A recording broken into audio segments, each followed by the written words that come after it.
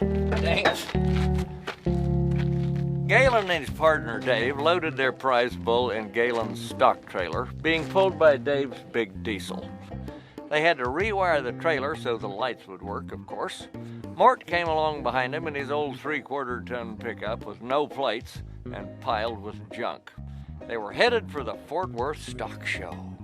Swinging by the tire store, they found a big lag screw sticking out of Mort's right front tire.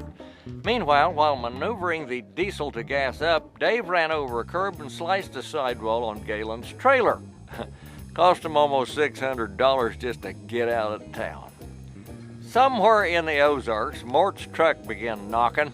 He checked and they found a dry dipstick. At the next truck stop, they bought a case of oil for good luck. Well, things went smooth till twilight when Dave turned on the lights and the brakes locked up. It took another 2 hours of rewiring to make it work. Well, close to midnight, they took a pit stop to add oil. Well, the old truck wouldn't start back up. The gauges looked good, but it wouldn't catch. They ran the battery down trying to jump it until Galen noticed a little toggle switch. He flipped it, and it started. It had 2 gas tanks, of course. Well, they were running late. Dave was pushing the diesel and making 85 miles an hour. Mort and Galen were keeping up until the big explosion. Smoke filled the cab. It was a miracle Mort stayed on the road.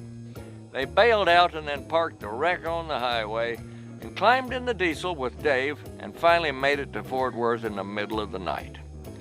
Well, the boys were pretty shaky, but they managed to unload the prize bull at the tie-outs and headed for the motel. Next morning, things looked better in the light of day. "Yes, sir," said the optimistic Dave. "We had a few setbacks, but I got a feeling our luck is going to change. You two go feed our blue ribbon bull, and I'll go check us in."